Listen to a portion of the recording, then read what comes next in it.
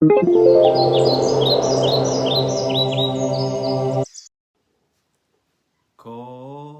balena penima.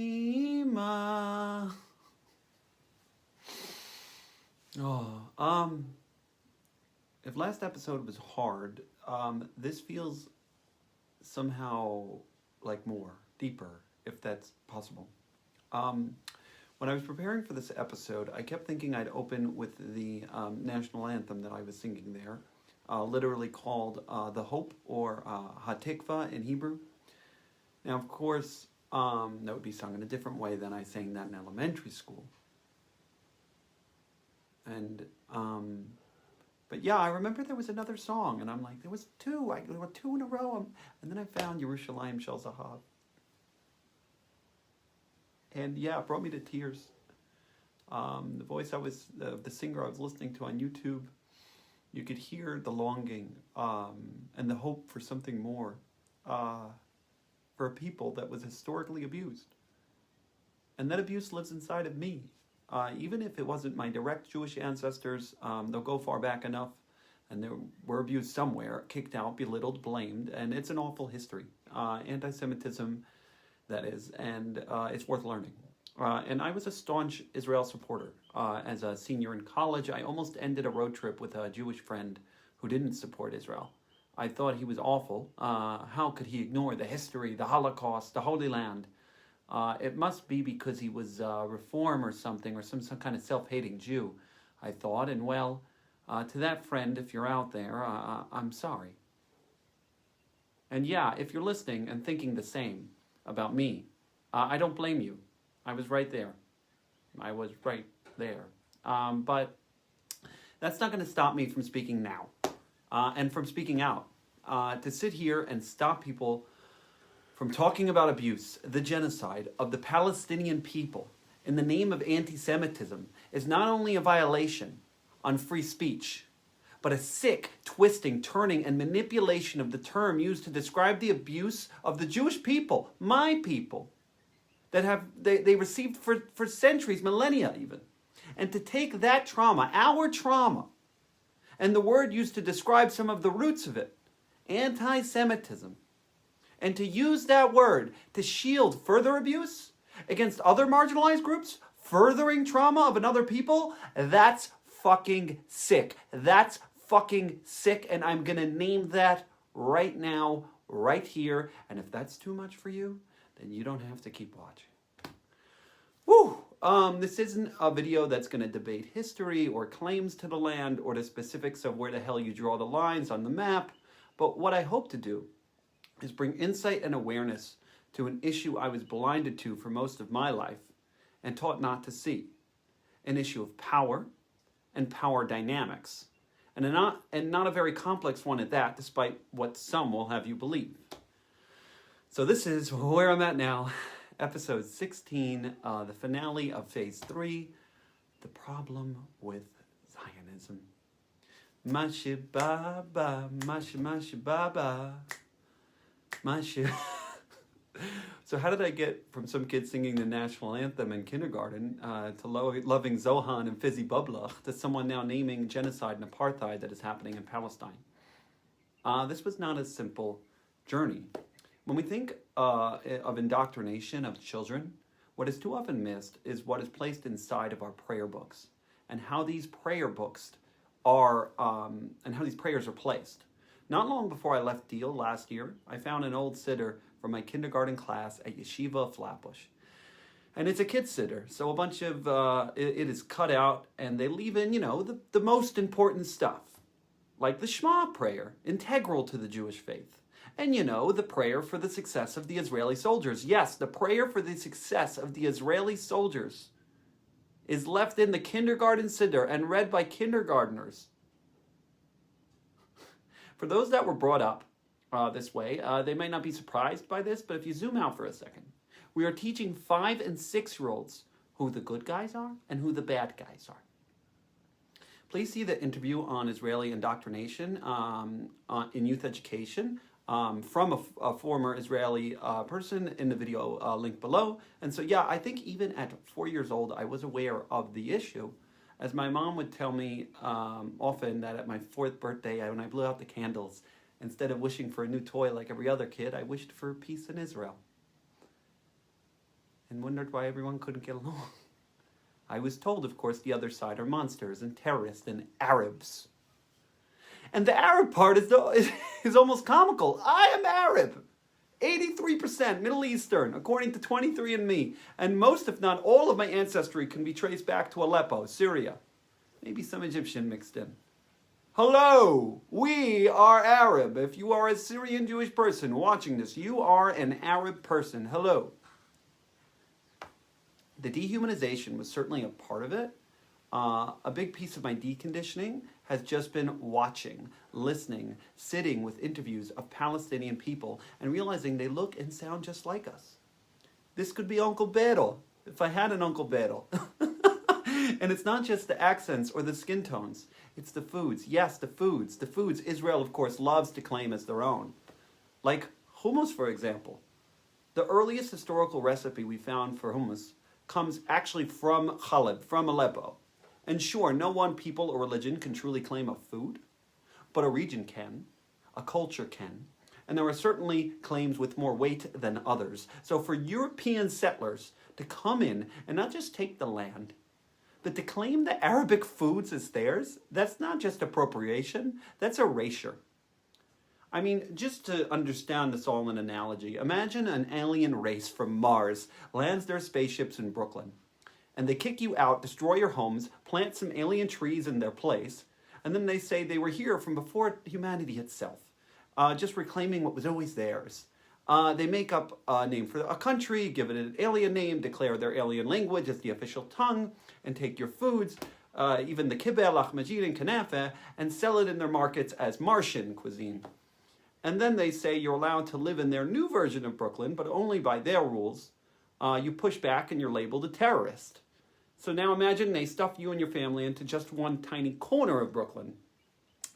And let's just call that corner Manhattan Beach for argument's sake. And you know, some people resist that and try to reclaim the land that was actually theirs in mainland Brooklyn. And the response, the aliens wipe out and carpet bomb what's left of the corner in Manhattan Beach. And look, I know this analogy simplifies the story, but in some ways it doesn't go far enough. Because if Martians took Brooklyn, you could still go to Deal. Or anywhere. You're white passing, English speaking, Americans with access to wealth. You have freedom of movement and access to job opportunities, something Palestinians cannot claim. And this doesn't include the implementation of blockades and checkpoints that turn the little sliver of land into something almost impossible to turn into a fully functional autonomous nation. But we can make this even simpler.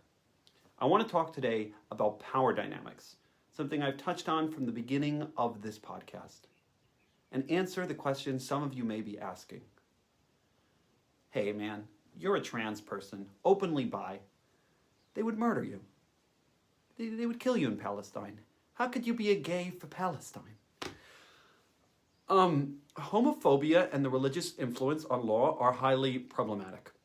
I'm certainly not a fan of theocracies. You can tell from my content I've been making, but certainly that does not justify genocide. And just because your country does accept gay people, that doesn't erase active genocide. That's called pinkwashing, actually, and you could ask your local ChatGPT about it. Or check out Matt Bernstein's podcast, another gay Jewish person speaking out against the Israeli regime. But yeah, power dynamics. I want to talk about bullying. Bullying is something they taught us in school was bad. But they didn't teach actually what bullying is and how it happens, like the roots and the mechanisms of bullying. Maybe that's because we'd realize they were bullying us, or maybe even our parents were bullying us. And I'm not just talking about transgenerational trauma and the bullied learning to bully, though that can certainly be at play when discussing the abuse of Palestinians at the hands of Holocaust survivors. But no, this is simpler than that. In order to bully someone, you need to have power over them. People sometimes name this as privilege, but I think that word may just be a potential trigger word for some people watching this and miss the full extent of itself. So let's just call it that they have power, because that's what it is. So in the simplest bullying example, the bully is more physically powerful than the bullied, or let's just call this party the stereotypical nerd. And the power dynamic itself isn't necessarily where the bullying happens, but it's what the bully does with that power that connotates bullying. The bully could very well protect the nerd with that power or choose not to hurt him. Remember, with great power comes great responsibility. Thanks, Uncle Biddle. Ben. But yeah, without the power gap, there is not even an opportunity for bullying. And that's why it's important to do our best as a society to minimize power differentials. To completely do away with them is nearly impossible, but there's so much we can do to mitigate them. And that responsibility and power lies very often in the hands of those carrying the most of it. Sometimes that can be just naming that you have it. And no, of course, physical strength is not the only power. Money can play a role, social status, intelligence, race, gender, sexual orientation, religion. These are all areas that can define in our society who has power and who doesn't. And with those palpable power gaps comes opportunity for bullying, or as we can also call it, abuse of power. One of the examples I've used a lot in this channel is the power position of parents over children. Imagine the parents have more legal rights because of their age, their intelligence and education, their experience, strength, knowledge, access to capital, access to shelter, access to food, you name it. The power dynamics are aplenty there. And they also have the power to mold the minds of these new children. I mean, they are instantly in a position of authority over this child, and that is reinforced through media, through school, through synagogue and religious teachings, and even just in their titles. Dad, mom, these carry weight. These aren't just people. They come with immense power over a child, inherently. Not to mention, it's the parents who decided to bring this child into the world in the first place. And while some believe the child chooses the parents, in some spiritual sense, I think that washes away a potential trauma of childbirth. And that is the deep non-consent of the child in the action. And sure, you can argue that they are lucky to be here, but that doesn't take away from the reality of the initial non-consensual act.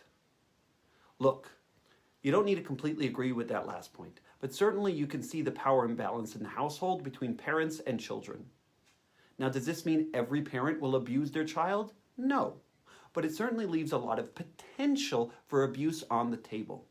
Now, we do have some things that give the child back power. That is laws protecting child abuse and child labor laws and whatnot, but those certainly don't protect everyone and aren't available in every country in the world and every isolated household. And look, kids aren't totally powerless. They learn some of their power almost instantly. Being annoying can equal getting what you want, i.e. crying. So yeah, there is a pushback, but this has its limits and is not nearly balancing the power. And look, perhaps we shouldn't give children that much power. They could even benefit from someone else guiding their life at such a young age. But we have to be very careful on this slippery slope, because these justifications of the seizure of power can follow a child deep into adulthood, where parents still attempt to make decisions for the children because the parents know what's best. And I hear it. You're not even talking about when kids act out and boss around their parents. Come on, that happens. First off, few and far in between. And even in those cases where parents give in to every child demand, I'll still argue that it's the parents either seceding their power or even abusing it through that kind of dynamic, and that potentially puts the child in more danger. That is through enabling problematic behavior, and that's a real thing. And also, who gets to name the child's actions? Calling the children's behavior rebellion against the power or as acting out, and then labeling it with sometimes even diagnoses, hell, even medicating it in some cases, is clearly the position of one powerful group dictating the story of a group not in power. And that's really problematic. I mean, my own choice, at 30 years old, my own choices of freedom are still seen in this light by many that I'm sick or crazy or just rebelling. And when it becomes comically sick and obvious, it's when it's those abusing the power in the first place that are labeling the story as such. And of course, because of their power position, these opinions and comments have real-life consequences, particularly for minors still under their parents' control, but also for adults too fighting for their own freedom. I personally do not believe it is even possible for those weaker in power dynamics to fully bully their oppressors. They would have to find a weak spot, perhaps, and they could find weak spots. Like in the case of the child crying, the child found out that the parents have vulnerable eardrums and levels of patience. So that is some reclamation of power. And this becomes important when we accuse oppressed peoples of terrorism, when they are merely fighting back against oppression, which is totally legal.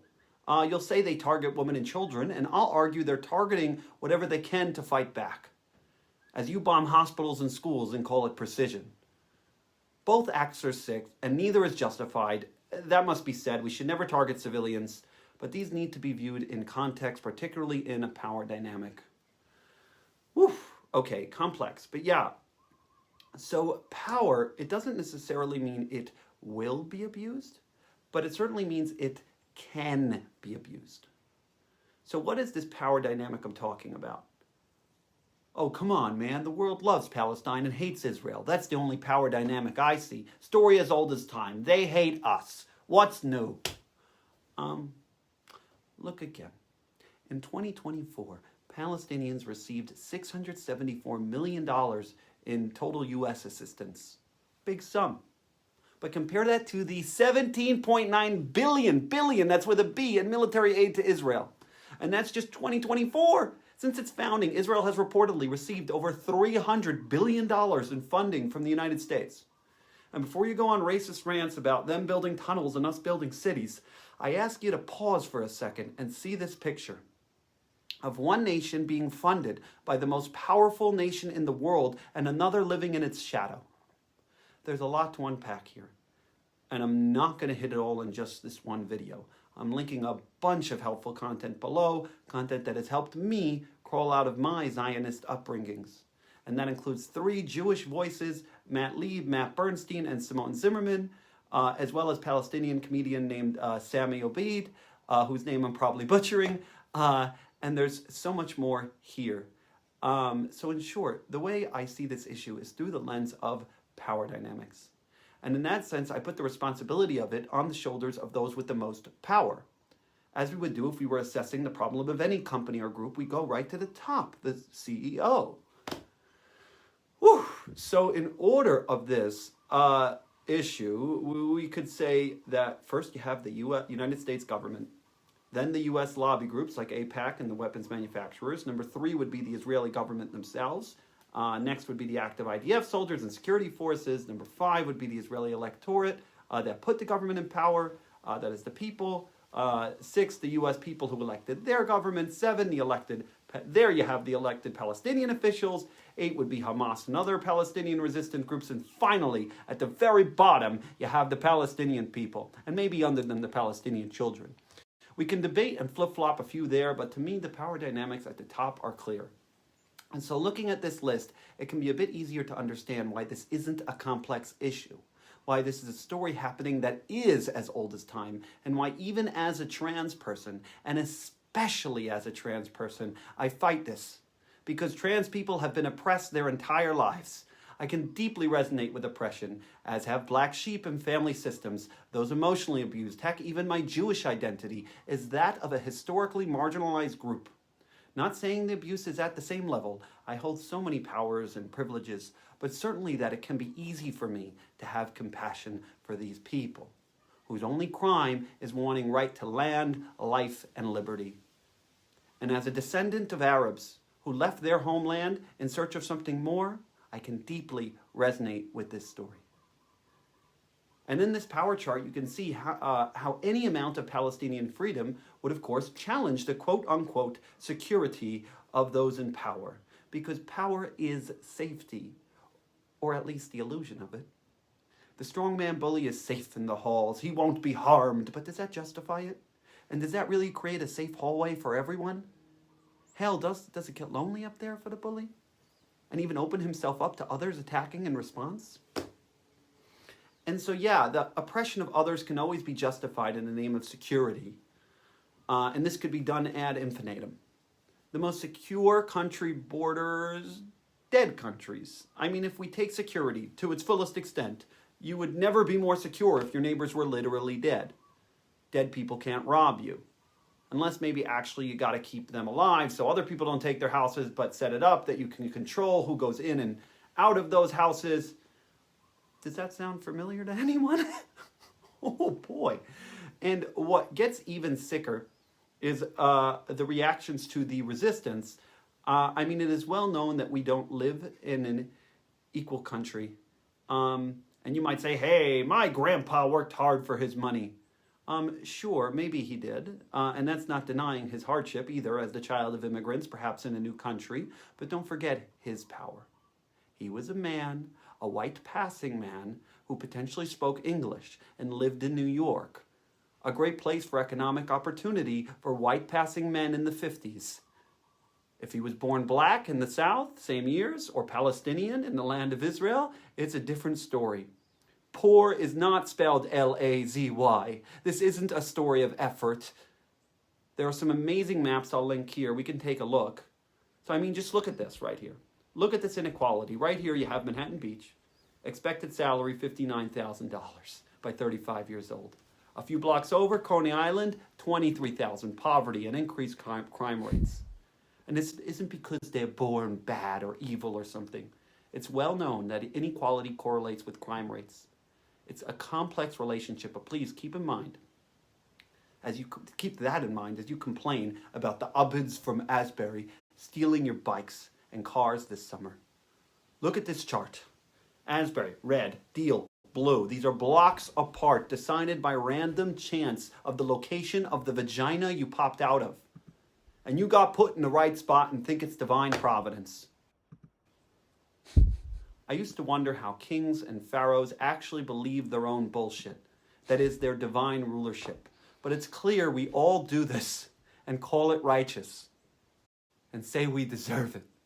Imagine it's like bragging about winning a Monopoly game that you were handed double the money to start and allowed to roll 4 dice at a time and collect more as you pass go.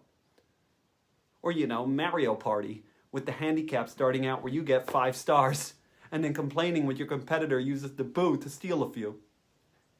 We need a Bowser revolution!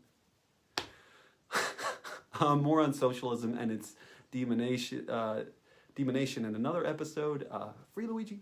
So I was there, 4 years old, wishing for peace, and 9 years old, and in the Flatbush Assembly singing Anima Amin, Anima Amin, on Yom HaShoah, and that led right into Yom HaZikaron, and that led right into Yom HaAtzmaut, and all part of this story. Are we the baddies? We might be. Of course, this is an important moment to name. I don't think Israel is the only country in the world that has committed or is committing atrocities. If anything, for my power chart, I actually pin more of this on the U.S. than I do Israel. But yeah, there are atrocities all over the world, and right here in the U.S., where the indigenous population went down from 15 million to 200,000 over the course of a few centuries of colonialism, including the infamous Trail of Tears. And of course, I'm filming this video right now on stolen Hawaiian land, whose people have systemically had their power stripped, their holy sites desecrated, and then pushed out and priced out of paradise. And that doesn't mean I have to flagellate myself over it or leave, but it does mean I can acknowledge where I am, the privileges I have, and who had to die and lose their heritage so I can have these privileges. And to give back that stolen power when and wherever possible. Look, as a descendant of Arab Jewish immigrants, I don't know if there is a homeland for me.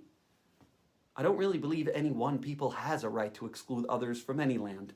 I mean, that is the kind of exclusionary tribalism I was railing against in the last episode. But, certainly, One has a right to be on land that was their space in recent memory and were forcibly removed or systemically pushed out by greater powers. Might does not make a right. And if that means leaving to make space on the stolen land, then yes, that needs to happen. And if it can mean sharing space in a healthy dynamic, then that's wonderful and ideal. A land of equal rights and opportunity. And no, there will never be an elimination of all power dynamics. But we can evolve and learn to name them and honor them, particularly when we are in positions of power. So how did this all change for me? Well, here's a picture of me dancing on a Palestinian protester in Washington Square Park. I'm 24 years old, about to graduate with a master's in psychology, and I somehow survived college, or 6 years of it, without getting indoctrinated by the left. Look at this guy. He's holding a sign of a destroyed Palestinian village during our celebration and thinking, see, this is what they do. They come to our celebration and make it look like we're dancing on top of them. I'm sure this will look great for the anti-Israel leftist media. They're going to kick you out of new school, I joked to my sister. Remember, I was ingrained that Israel was the divine right of the Jewish people, in our prayers, in our classrooms, on our loudspeakers. I mean, even if you don't agree with what I'm saying, you have to acknowledge just how pervasive the Israel rhetoric was in our lives growing up, especially at a Zionist school like Yeshiva Flatbush, that required attendance at the Israeli Day Parade. And even if my parents signed me out and used a medical excuse so we could spend the weekend and deal without worrying about transportation to the city, but yeah, it was mandatory for most students. How else would we defend our right to exist? See, in my heart, anti-Zionism was equated with anti-Semitism. In that if someone was against Israel, they were against my very being, my neshama. And Israel wasn't just an idea. I visited for the first time in 2005 for a bar mitzvah trip, and again in 2006 and 2007 and 2010 and 2013 and 2015 on birthright. Because nothing says nationalism like calling it a birthright. I mean, think about that. I, a white passing American, have more rights on the ancient land of Palestine than a Palestinian person. And yeah, so again, in 2017, I went back, and this time in the ancient city of Sfat. See, but it's our ancient land too. Just understand that statement in the framework of power and privilege of you as a white passing person who is safe in the United States. Well, we're not safe. Anti-Semitism is on the rise. That doesn't mean we have to commit genocide to create a safe bunker for our race. Stop calling it genocide. It's a complex issue. The UN, an unbiased third party, is calling it this. But sure, important to name, what is a genocide? It's the erasure and murder of a specific group of people. Is that not what's happening? As the death toll, as I'm recording this, has topped 58,000 since October 7th. On one side, of course, 70% civilians, including children, compared to how many Israeli deaths? Around 3,000? That's a 20-to-1 ratio. But as Bob Dylan says, you don't count the dead with God on our side. Thinking about what you're justifying in the name of security, in the name of the Jewish people, and in the name of God. Ironically, it was my religion that ultimately pushed me out of Zionism. And this was more than just arguing about whether or not we should say Hallel on Yom Ha'atzmaut. There are those that say Zionism is deeply tied to Judaism, and it is, as I will break down. But at Judaism's most religious levels, this actually is not always the case. And not just for extreme groups like the Neturei Karta. And let's just name, because some ignorant on the left get excited about the rabbis protesting Israel. Just because we have the same cause doesn't mean we have the same motives. Those rabbis are homophobic, transphobic, sexist, and tribalist, racist, whatever, Jewist, vaginist. So yeah, I'm certainly not aligning myself with them. But I would be right there with them at the protest. And it's important to note the difference between Zionism and Judaism. One is a religion, and the other is a nationalist ideology born out of a religion. The initial founders of Israel were not religious. But right, so I remember attending a class with a rabbi at an ultra-Orthodox synagogue in Brooklyn. And I went there on the night of Yom HaAtzmaut, Israeli Independence Day. And I was proudly wearing my Israeli flag as a cape. And I walked in there, and there wasn't a person celebrating, not even a Jewish star cupcake. I loved those cupcakes. They were too busy just buried in their Talmuds. And so the only comment I get was a frum guy joking if the flag counted as a four-cornered garment that would require tzitzits, that is, the strings, to be attached. And so, yeah, this wasn't necessarily an anti-Zionist room, but it was certainly an introduction to a Jewish space that wasn't openly pro-Zionist. Fast forward, and I'm still hanging my Israeli flag from that Washington Square Park rally on my wall in my yeshiva bedroom. But come Yom HaAtzmaut again, and again I'm in a room full of Jewish people for morning prayers, and they're not even naming it. This time I was at the Shar, a Baal Tshuva program in Far Rockaway. Hell, even at the local ultra-Orthodox synagogues in that neighborhood. Maybe they skipped Tachnan that day, you know, the daily prayer where we feel bad about ourselves and apologize for stuff. But yeah, it felt odd, especially coming from a background, 12 years in a school that was deeply, deeply tying together Zionism and Judaism. And here I was practicing more Judaism than I ever had, and not seeing Zionism very present. But still, again, I want to be clear, I was not yet anti-Zionist, I just wasn't exactly pro-Zionist. And so then, yeah, I talked about before, I was indoctrinated into certain belief systems. I'm not proud of it. And especially regarding this idea of the gay. And I believe the world was gay and trying to gayify everyone, and that U.S. culture was leading the charge. Yeah. And I was like, wait, hold on. Israel's gay and founded by gay people. Oh my God, Israel's basically just an extension of the U.S. and Western culture. Do I support a gay country? One that drives on Shabbos and has pride parades? Usser. And so I debated with my friend on it, and he gave over both sides, even noting how one day it may be much less gay, how the population of the ultra-Orthodox was growing at an exponential rate in Israel. And we could see a day with a Rebbe in charge. We were mostly joking, Certainly it gave perspective to the issue. And suddenly I noticed protest in Israel between the secular, or as I called it, the gay, Israeli population and the ultra-Orthodox. I saw Israel as just a battleground, or another battleground of this global war against religion. And so I seriously debated taking down my flag. And I actually did for a couple days, but then I put it back up. You know, these were Jewish lives at stake after all. And then October 7th happened. It was Simchat Torah. We didn't have phones on us. We just heard rumors. Something bad happened in Israel. And I got worried. Was it a nuke? Did it happen? Were we in World War III? I remember crying arm in arm with a friend, singing Ani Maamin. Of course, that's a Holocaust song, but again, so deeply tied in my brain to Israel. Soon after the holiday, I saw the photos, the videos, and it was gruesome. And I won't lie, I can't say a part of me didn't buy into the deeply problematic logic. You know, the one that says the Reform movement was the reason God punished us with the Holocaust. As I saw people murdered for partying on Simchat Torah. Yeah, I'm not proud of that. And I want to emphasize this was not pushed by any of the rabbis, but certainly was a passing thought in my brain at the time. But yeah, it's complex. I'm just naming this and naming the very aliveness of this belief system within some Jewish circles still. You know, the idea if we don't do Kiddush, they'll do Havdalah. That is, if we don't follow God's law, the non-Jews will punish us for it. Just being honest, it is hard to trust myself with new belief systems today. To trust the things I see and read, and to even trust my own mind. Because I know I once believed things like that. It's like recovering from a bad breakup. Do I trust myself to believe again? To love again?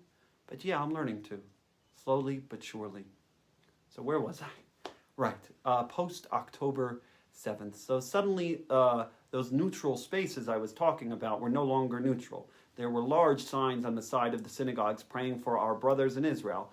Posters of hostages, messages in the Shar group chat saying Tehillim for soldiers, Tehillim added after every prayer service, God, even at the midnight Marav while I was half asleep. And mostly I was undecided. I didn't want to see Jewish lives die, but I didn't feel my religious life was intimately tied to the Jewish state. I could be racist anywhere. I even saw the fervent Zionism of the non-religious Jews as an extension of their own fears associated with their assimilation into an anti-Semitic culture. At work, this was awkward to say the least. Colleagues saw my kippah and assumed I supported Zionism, and they felt bad and asked if I had family in Israel.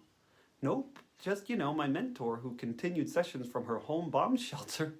Talk about dedication. I shared a small office with another Jewish person who was very passionate about Israel and was clearly impacted. And I said stuff like, I'm mourning in my own way. And even agreed to say Tehillim for the soldiers and deliver supplies to a clothing drive because the Israeli army needs our blankets for whatever reason. Even if I thought they were just an extension of the U.S. gay machine, these were Jewish neshamot at stake who lived in Israel. I could at least hold my black hat on that. Fast forward, I'm leaving yeshiva and deciding what to take with me, and what do I do with this flag? I took it. I wasn't done yet, but certainly openly skeptical, and I didn't hang it in my new apartment. I mean, at this point in my life, I was skeptical of everything I'd ever been taught.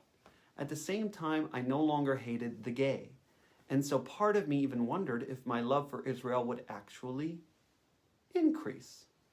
I stayed neutral for some time, but then I saw a video, and it was from Johnny Harris, and it explained how Netanyahu actually benefits from the existence of Hamas.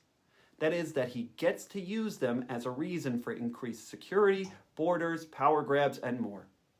This is not to feed conspiracies that he planned this attack, but to understand that he certainly used the attack after the fact. I highly recommend seeing this and understanding how it parallels with Bush and 9/11. No, Bush did not do 9/11, but he certainly used it in his chase of U.S. interests in the Middle East, i.e. toppling regimes and murdering individuals in the name of oil and capitalism. I mean, security, right? Security and weapons of mass destruction that were totally there, right? Yeah, they clearly did not have those, but we have a generation of traumatized U.S. soldiers. Yay. And instability in the region. Woo! Yeah, so once I had that image of that kind of power dynamic, specifically, I stopped automatically labeling all forms of Palestinian resistance as terrorism and started asking actually what leads a people to a place of that kind of desperation. And of course, that didn't mean I condoned every attack committed, but I no longer dehumanized the grief and rage that produced these attacks. I mean, imagine how Nazi Germany would have labeled the Warsaw Uprising. They probably called them criminals, terrorists. Doesn't sound so far off. And it isn't unique to how we describe Jews, Palestinians, or anyone targeting an other. And I'm looking right at you, ICE. Over time, that compassion grew. I watched a cartoon called This Land Is Mine.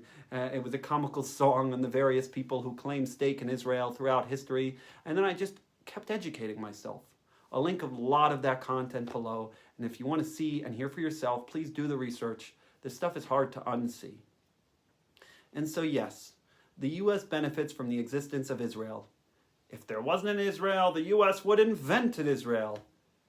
I think those words are from Joe Biden. U.S. interest in the region, they need to protect those interests like oil.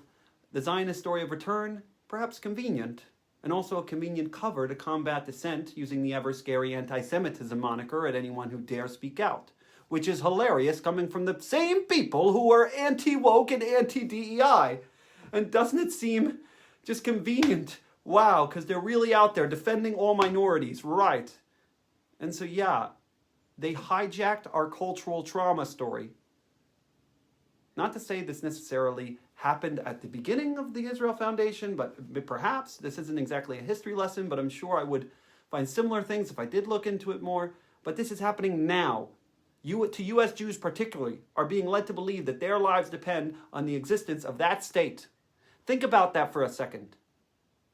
You're taking a traumatized Jewish people with not too far off memories of a Holocaust, with active fears of real rising anti-Semitism, and convincing them that their only safety is through fighting with their votes, with their wallets, and even some zealots with their lives, to protect this idea of a country in the Middle East that supposedly keeps us safe? But does it really? My ancestors were pretty safe in Arab lands prior to 1948. They came to the U.S. for economic reasons, not fleeing persecutors. While anti-Semitism certainly existed and exists, this is really important to understand in context. If we are no longer safe in the United States, God, we aren't safe in Israel. Israel, as it does today, would not exist without the active support of the United States, both financially and politically, on the global stage and in spaces like the United Nations. I think that, we can think of this like guns. A gun can certainly protect you and create the illusion of safety, but there's always the chance your neighbor gets a bigger gun or catches you by surprise. Real peace, real security, real safety comes from the hard work of learning to relate with the quote-unquote other. But they want to kill us. Certainly not all of them. And for those that do, I don't exactly blame them for being upset at a regime and its constituents who have for their entire lives and parents' lives oppressed them and occupied their native lands. But these are our native lands. Well, yes, you were there 2,000 years ago. And, perhaps throughout some time. That does not give you a right to claim sole ownership and control of the lands. Maybe a place, some space. Sure, but to forcibly remove Palestinians to get this goal, especially when Israel is certainly not the only space in the world where Jewish people are safe. If anything, this is part of the religious argument that is against Israel. Jewish lives are at risk in the IDF every day protecting a country that is not necessarily Torah prescribed. Look, this is where it gets complex, and I don't have a full answer of what to do with the current Jewish settler population, particularly in the West Bank, where illegal settlements have carved up space for what could have been some sort of Palestinian nation. Oh, come on, we give them land, they build bombs and tunnels. Again, I'm attaching videos on the history of these so-called peace proposals and how they often were lopsided against the Palestinian people and their rights. Whew, okay, so there's a lot more here, but I think this is a good place to take a pause on the issue and let you take your own research from here. Particularly take a look at those power dynamics, the imbalance, and the situations the Palestinian people are being forced into. See the videos, see the human beings. They are just like you and me, and even more so if you are Syrian. We share Arab culture, food, parenting styles. Whew. Remember the Truman Show analogy? You've been brought up in a manufactured reality. Remember how that has shaped your thoughts, feelings, and beliefs. Look past the bubble. Remember there is a world out there bigger than you could ever imagine. Wow, I'm okay. I was going to include this image in my last video, but I'll do it here. It's an AI rendition of an image I saw while taking part in a ayahuasca ceremony earlier this year. I saw a Jewish star. It was made of this rainbow-like flowing air, and beside it were a native tribe dancing. And I thought, oh, I can't dance with them. That's not me. I'm a Jewish star. And then a voice came and said, silly, you're made out of the same things. And I noticed the dancers were all made of the same flowing rainbow air. And suddenly my Jewish star opened up and joined the circle and became one with the dance. It is possible. Freedom, equality, equal opportunity. From the river to the sea, Palestine will be free.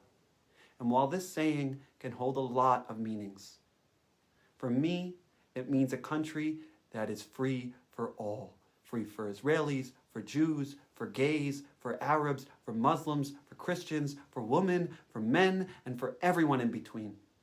A land of real equality, a land of real freedom, not just in Palestine, but around the world. John Lennon asked us to imagine, and that's all it takes to start.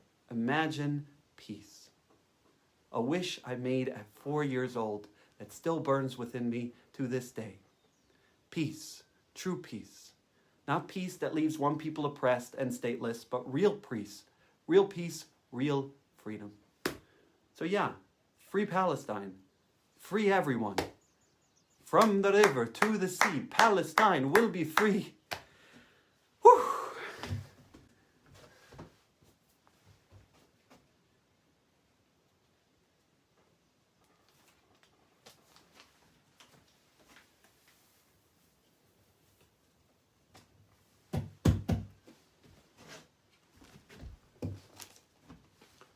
Did I put that too high? Totally did.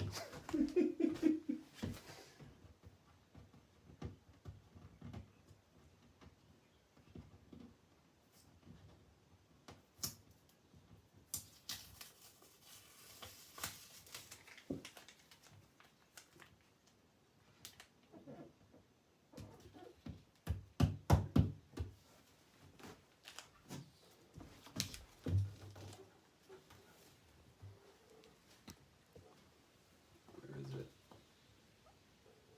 There you go.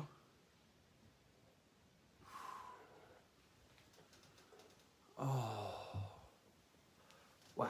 All right. So that's it. And that's it for phase 3. I hope to see you in 3 weeks or so. And yeah, have a magically delicious day.